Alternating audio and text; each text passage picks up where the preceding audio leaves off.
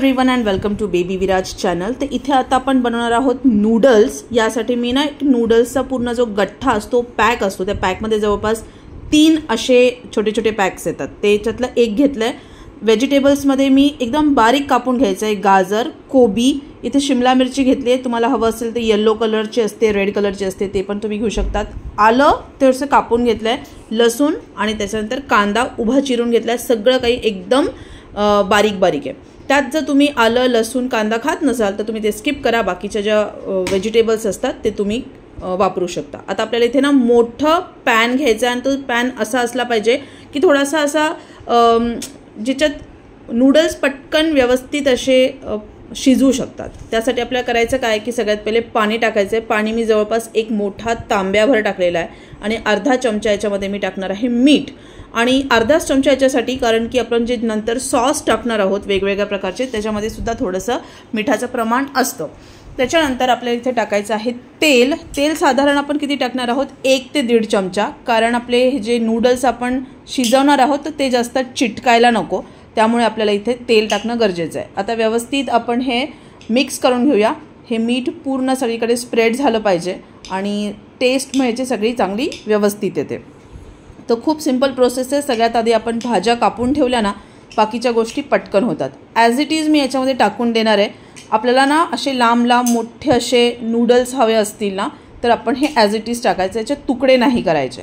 Okay, तर अशा प्रकारे इथे ते थोडंसं स्मूथ व्हायला सुरुवात होते, मग अपसाईड डाऊन केलं की मग आपोआपच सगळं काही स्प्रेड व्हायला सुरुवात होते। अशा प्रकारे तुम्ही बघू शकता जेव्हा हे गरम पाण्यात पडलं की मग ते लूज व्हायला सुरुवात होते आणि मग आपोआपच सगळे सुट्टे सुट्टे पण होतात। त्याच्याने काय होतं ना की आपल्याला मोठे मोठे लांब लांब नूडल्स मिळतात। तर एक 5 मिनिटासाठी आपल्याला याला शिजवून घ्यायचं आहे आणि शिजवताना खूप जास्त नाही शिजवायचं, नाही तर त्याचे तुकडे पडतील आणि खूप कमी पण नाही शिजवायचं, नाही तर ते कच्चे लागतील।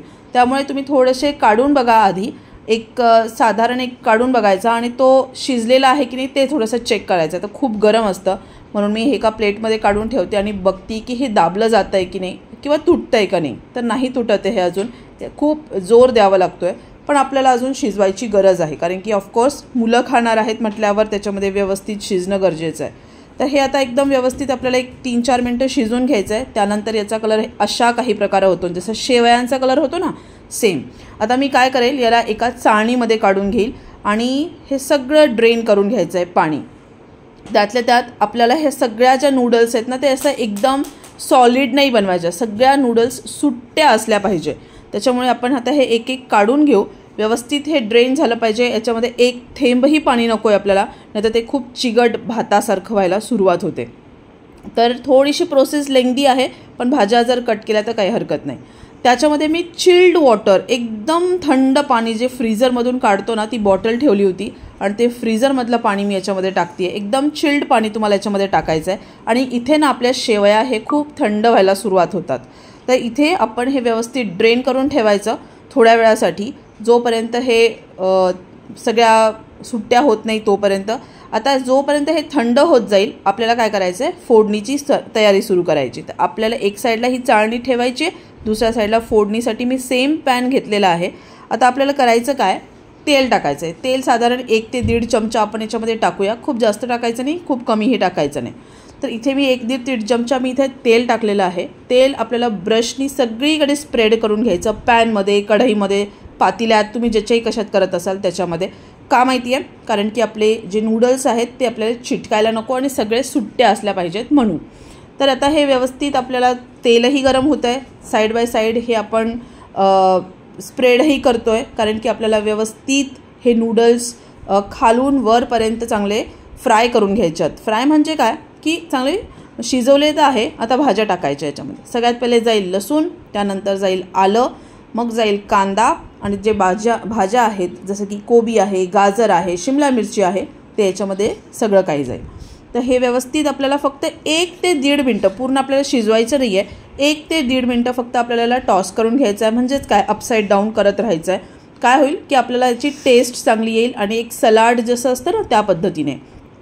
तर हे खूप पाणी टाकून वगैरे असं शिजवायचं नसतं, खूप जास्त नाही, फक्त असं परतवत राहायचं आहे 1 ते 1.5 मिनटं, खूप जास्त नाही। आणि थोडंसं कच्चं असलं ना तरी चालेल, कारण की आपण हॉटेलमध्ये जेव्हा जातो ना तेव्हा ते कच्चंच असतं. मी तर म्हणते घरीच नूडल्स बनवायला पाहिजे. उगाच बाहेर जा, टाईम वेस्ट करा, ऑर्डर येईपर्यंत तर आपण घरी पण बनवू शकतो. इतकं ते सिम्पल असतं. आणि यानंतर आपल्याला एक एक सॉस टाकायचा आहे. एकच चमचा घेतला आहे मी. त्या पद्धतीने इथे सगळ्यात पहिले मी टाकते आहे रेड चिली सॉस, तुम्ही बघू शकता.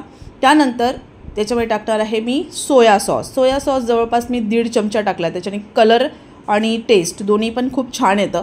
त्यानंतर मी इथे टाकणार आहे green chilli sauce. Green chilli sauce झाल्यानंतर आपल्याला सगळ्यात लास्टमध्ये टाकायचं आहे ते म्हणजे टोमॅटो सॉस. टोमॅटो सॉस तुम्ही थोडंसं कमी जास्त केलं तरी चालेल. तुम्ही बघू शकता इथे मी एकच चमच्याचा वापर केला आहे. घरात लहान मुलं असतील ना तर थोडंसं सॉसचं प्रमाण कमी ठेवा. विनेगर मी इथे स्किप केलं आहे, थोडंसं तिखट असतं ते त्यामुळे, पण तुम्ही आणि माझ्या घरात नाही पण आहे सध्या अवेलेबल, पण तुमच्याकडे जर असेल आणि खायची इच्छा असेल तर 1 चमचा तुम्ही आरामात टाकू शकता. हे व्यवस्थित आपल्याला मिक्स करून घ्यायचं आहे. सॉसचं कच्चे नको राहायला सॉस, त्यामुळे आपल्याला हे व्हेजिटेबल्समध्ये पूर्ण सगळं मिक्स करायचं. आणि यानंतर आपले जे नूडल्स आहेत ना, तुम्हाला सांगू आता त्याच्यामध्ये आपण फ्रीजचं चिल्ड वॉटर टाकलं आहे म्हटल्यावर ते पूर्ण थंड झालेलं असतं. त्यामुळे आताच्या स्टेजवर हे 2 चमचे घ्या आणि मस्तपैकी याला भरपूर असं गरम करा. म्हणजे काय, हाय फ्लेम नाही करायची, फ्लेम लोच ठेवायची आपल्याला, एकदम लो फ्लेम. पण त्याच्यावर काय करायचं आहे, प्रत्येक नूडल गरम झाली पाहिजे. नाही तर खाताना काय होईल माहिती आहे, खाताना फक्त हे थंड लागेल. काही गोष्टी गरम लागतील, काही गोष्टी खाताना थंड लागेल. बिलकुल नाही.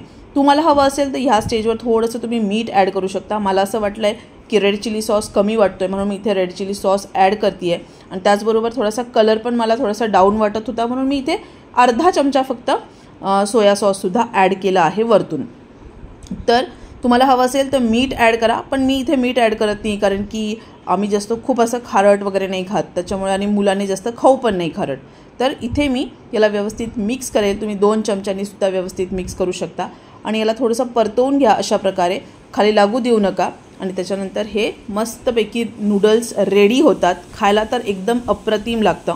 तुम्हाला हवं असेल तर अजून काही व्हेजिटेबल्स असतील तेही तुम्ही, मशरूम बरेच जण ॲड करता, बरेच जण पनीर ॲड करतात. तुम्हाला हवं असेल तर ते पण करू शकतात. किंवा मग तुम्हाला जर नॉनव्हेजचे काही प्रकार आवडत असतील तर तेही तुम्ही त्याच्यामध्ये ॲड करू शकता, काही हरकत नाही आहे. सो आपल्या टेस्टनुसार आम्ही इथे सिम्पल आणि असेच प्रकारे करतो. तर इथे मी थोडासा टोमॅटो सॉस पण नंतर ॲड करून घेतला कारण की विराजला टोमॅटोज खूप आवडतात. मग मला असं वाटलं कदाचित कमी पडतो की काय. आता आपण याला सर्विंग करायला घेऊया. तर सर्व करायचं आहे मस्तपैकी. सर्व करताना पण ना की शक्यतो 1 टाईममध्ये सगळ्यांनी संपवून टाका. हे जर थंड झाले ना तर अजिबात चांगले लागत नाही. पुन्हा गरम करण्यात त्याला काही अर्थ होत नाही. त्याच्यामुळे जेव्हाही घ्याल ना तेव्हा एवढेच बनवा की तुमच्या घरात जितके मेंबर्स खाऊ शकतील तेवढ्याच पद्धतीने. वीकेंडमध्ये मुलांना खाऊ घालायला काही हरकत नाही आहे. आणि उन्हाळा आहे तर मुलांना थोडंफार चालतंच, काय रोज भाजी पोळीच पाहिजे असं काही नाही आहे. सध्या तर विराजचे स्कूल पण चालू आहे त्याच्यामुळे कधी कधी शनिवारी वगैरे हे मी करत असते. सो व्हिडिओ तुम्हाला आवडला असतं लाईक, शेअर आणि सबस्क्राईब नक्की करा. आणि तुमच्या घरातल्या मुलांनासुद्धा घरी बनवलेले नूडल्स खाऊ घाला, कारण की हे स्ट्रीट फूड आहे. बाहेर खाण्यापेक्षा किंवा हॉटेलमध्ये खाण्यापेक्षा बेस्ट आहे की आपणही घरी बनवू शकतो आणि मुलांना अशा प्रकारे खाऊ घालू शकतो. सो ते पण खुश आणि आपणही ते हेल्दी खाता म्हणून आपणही खुश. सो नक्की बनवा, नक्की ट्राय करा आणि मुलांना खाऊ घाला. थँक्यू.